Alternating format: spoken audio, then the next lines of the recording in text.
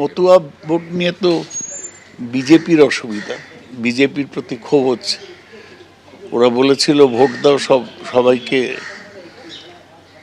দিয়ে দেব, নাগরিকত্ব দিয়ে দেবো, সেটা দেয়নি বলে ওরা অসুবিধায় পড়েছে।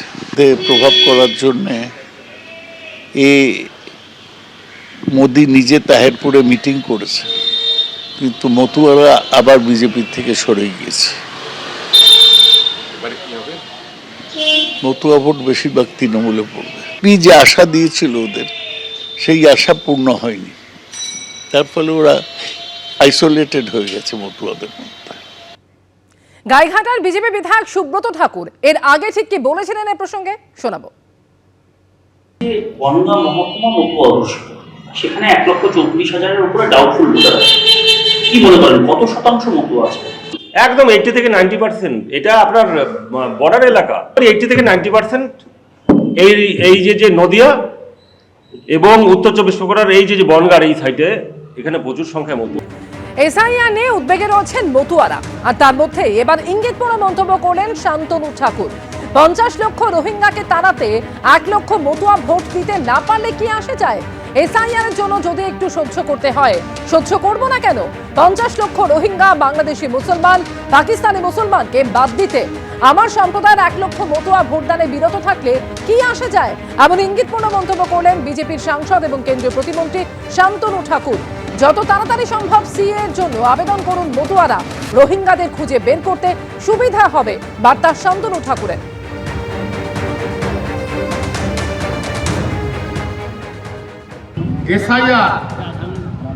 এসআইআর আমাদের কোনো সমস্যা নয়।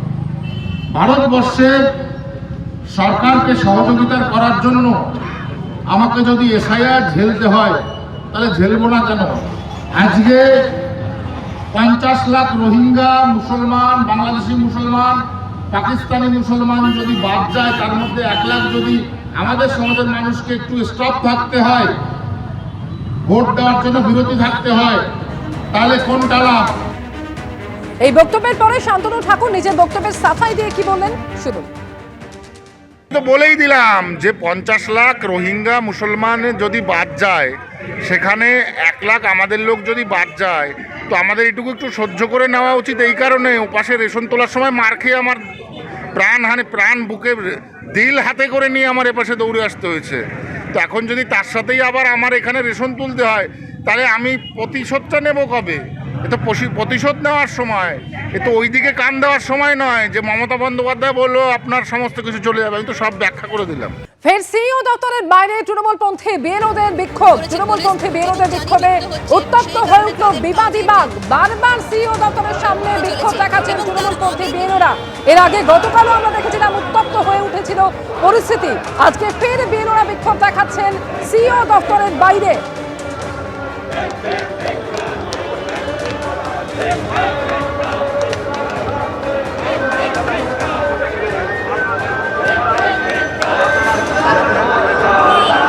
গতকাল একইভাবে উত্তপ্ত হয়ে উঠেছিল পরিস্থিতি যখন ব্যারিকেড টপকে এগোনোর চেষ্টা করছিলেন বিএলওরা। গতকালে সেই ছবিও রেখেছি আপনাদের সামনে। বিএলও অ্যাপের নতুন ফিচার যোগের প্রতিবাদে এই বিক্ষোভ দেখাচ্ছেন তারা। গতকালের পর আজ ফের সিইও দপ্তরের বাইরে জড়ো হয়েছেন বিএলওরা এবং তারা বিক্ষোভ দেখাচ্ছেন।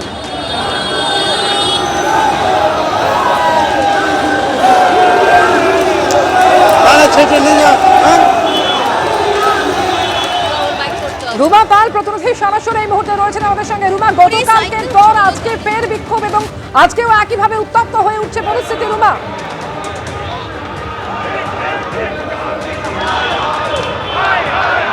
দেখো, সিও দপ্তরের মূল ভবনের বাইরে কিন্তু পরিস্থিতি এখন উত্তপ্ত, সেই ছবিটা কিন্তু তুলে ধরবো। দেখতে পাচ্ছ এখানে ব্যারিকেড করা হয়েছে এবং সেই ব্যারিকেড কিন্তু একদম মূল ভবনের বাইরে গিয়ে আরও 5টি ব্যারিকেড করা হয়েছে, যেটা কালকে করা হয়েছিল সেই ব্যারিকেডই কিন্তু দেখা যাচ্ছে। এবং পুলিশ মাইকিং করছে, যেখানে বলা হচ্ছে কোনোভাবে আইন অমান্য যাতে কেউ না করে সেই বার্তাই দেওয়া হচ্ছে।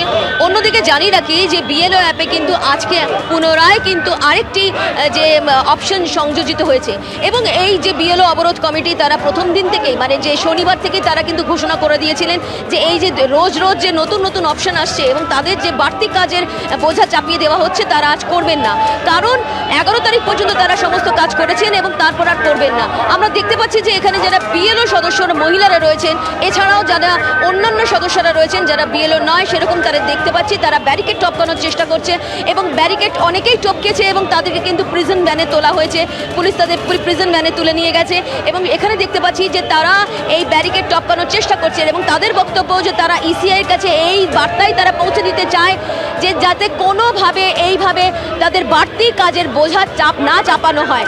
আমরা দেখতে পাচ্ছি প্রায় ধস্তাধস্তি শুরু হয়ে গিয়েছে, যারা মহিলা বিএলও রয়েছেন এবং তার সাথে মহিলা পুলিশ রয়েছেন, কোনোভাবেই যাতে ব্যারিকেড না টপকানো যায় এবং সেই ব্যবস্থাই করা হচ্ছে। কিন্তু দেখা যাচ্ছে যে আজকে কিন্তু দেখা যাচ্ছে তারা কিন্তু ব্যারিকেড টপকে আসেন এবং অন্যদিকে তাদের প্রিজন ভ্যানে তোলা হচ্ছে। বারবারই কিন্তু বলা হচ্ছিল বিএলও অধিকার রক্ষা কমিটির তরফ থেকে যে ইসিআই এর কাছে যে তারা কেন এই ধরনের কাজ বারবার দিচ্ছেন এবং যেমন বলা হচ্ছে যে আজকে কিন্তু ইলেক্টরস উইথ নো ম্যাপিং একটা অপশন রয়েছে, অর্থাৎ যারা নো ম্যাপিং, যাদের 2002 সালের সাথে কোনো ম্যাপিং হয়নি, এরকম যদি টেকনিক্যাল কোনো ফল্ট থাকে বা সেক্ষেত্রে তাদের তথ্য নিয়ে বিএলওদের সেটা আপলোড করতে হবে।